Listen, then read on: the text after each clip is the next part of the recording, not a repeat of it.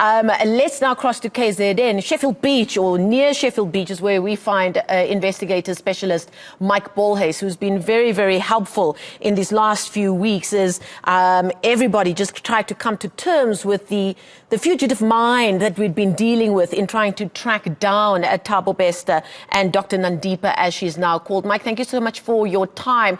So I don't know how much of that briefing you were able to take in, but that last clip there, the Minister of the Police, it sounded like he wanted to make it very clear that this arrest of Thabo Bester and Dr. Nandipa happened as a result of information and work that was being done from the South African side with their counterparts in Tanzania.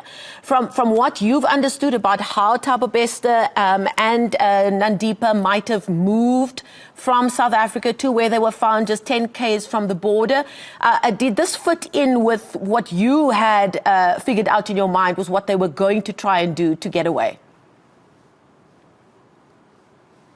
Yes, there were several scenarios that we have exposed, and this is one of them.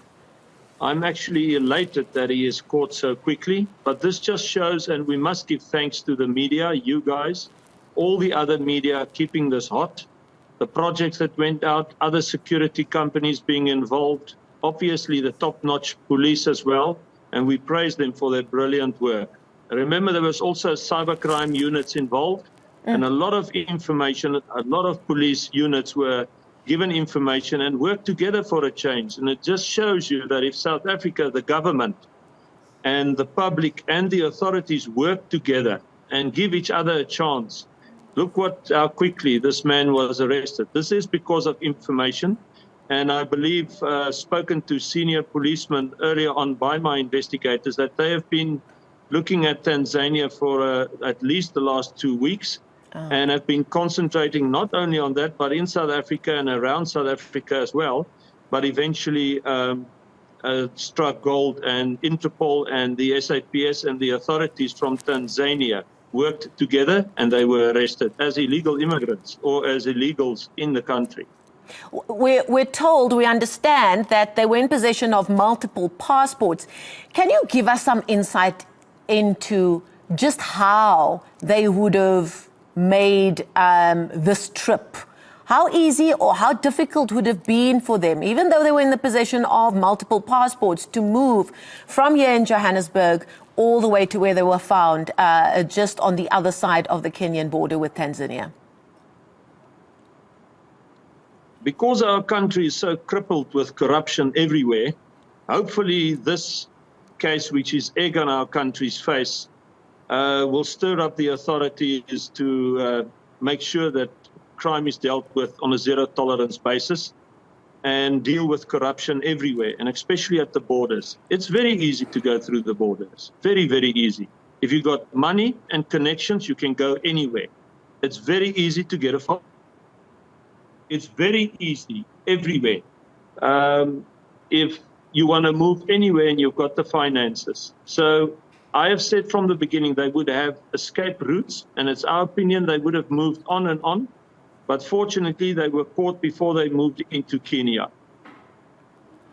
In your opinion, if they were able to cross over the border, we believe they were just 10 km away from it, what might have happened from there? Well, the possibility still, because of the media outcry, and once again, I must say the media did a good job.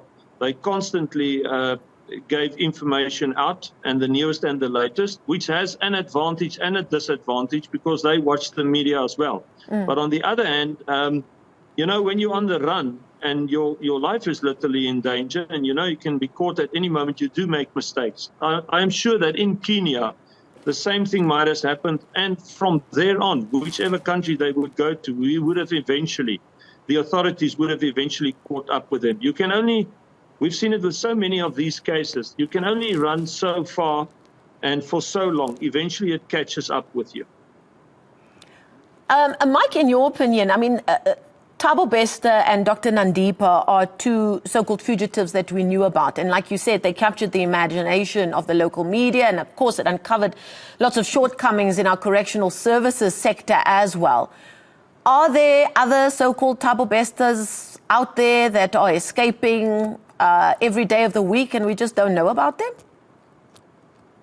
Well, this is a concern, this case, because it just shows, and it has shown before, we've seen many escapes, but not a heinous crime like this one and a brilliant crime like this one, if I may use the word, committed by Thabo and his cohorts. Also taking consideration, the minister and the authorities now bringing him back must be very careful to keep him safe, because there's a lot of people that is after him, because he has to now expose who is all his connections, getting him out of prison, all the inmates involved, DCS involved, GS4 involved. This was a massive, this is a series, this is a movie breakout. So he has information that puts his life in extreme danger.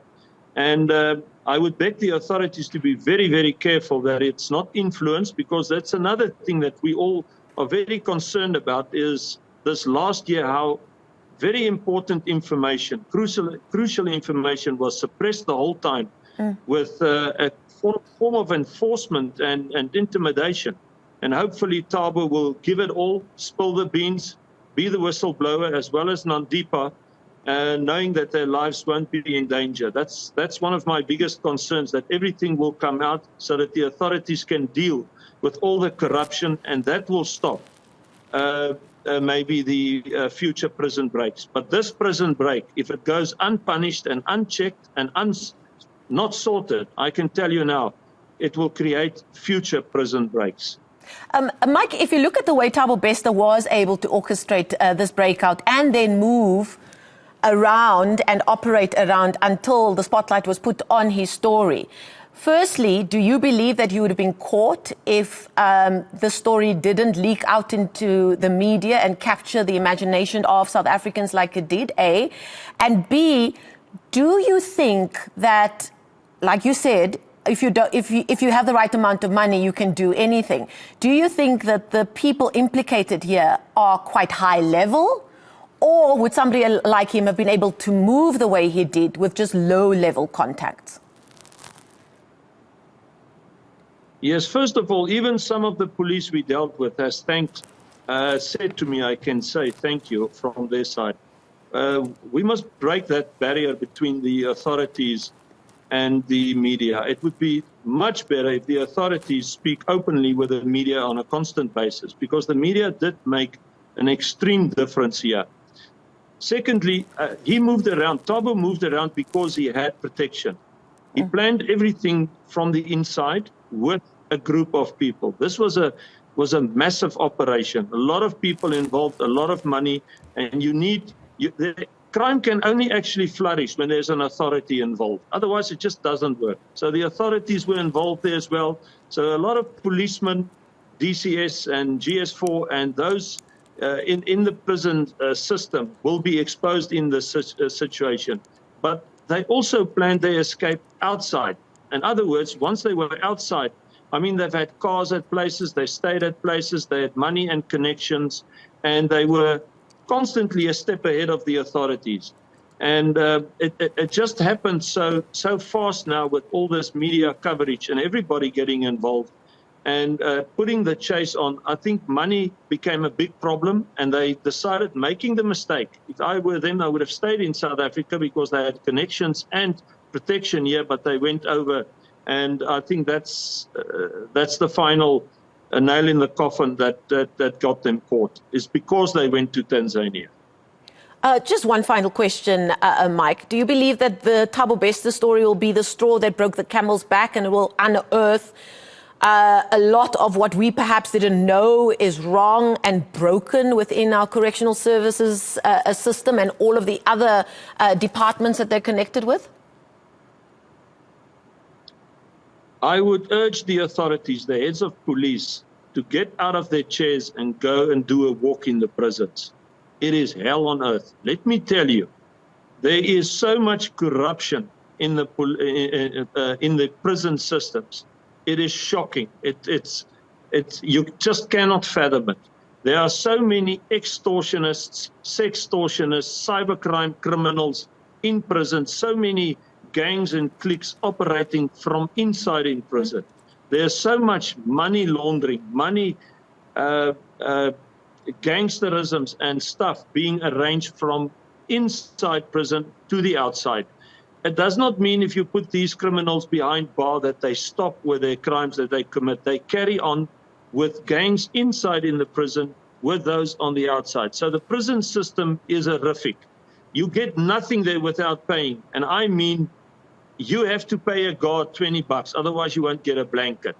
If you don't pay, you don't have any form of facilities in prison. So the prison system, together with the policing system, is a very corrupt system, and I hope the heads of police, once and for all, do something about this, and I think that's what we all want. Do you think, I know I said final question, but now I've got a follow-up question, Mike. How much of the issue here is the fact that it seems that so much of the important work needed from the Correctional Services Department was actually farmed out and privatized to private companies like the one that's been in the headlines with regards to this story? Look, this has been tried and done, and it just doesn't work. It's one thing if you source out something, but it's another thing which I suggest that our country works together, like we've done in this case. Everybody worked together. Everybody gets praise, and we're thankful to everybody. And there was very good communications between private security, the police, and the government. And look, this has brought this about. It can work in all our systems, but the ultimate authority is our government. The government, that's why we pay taxes.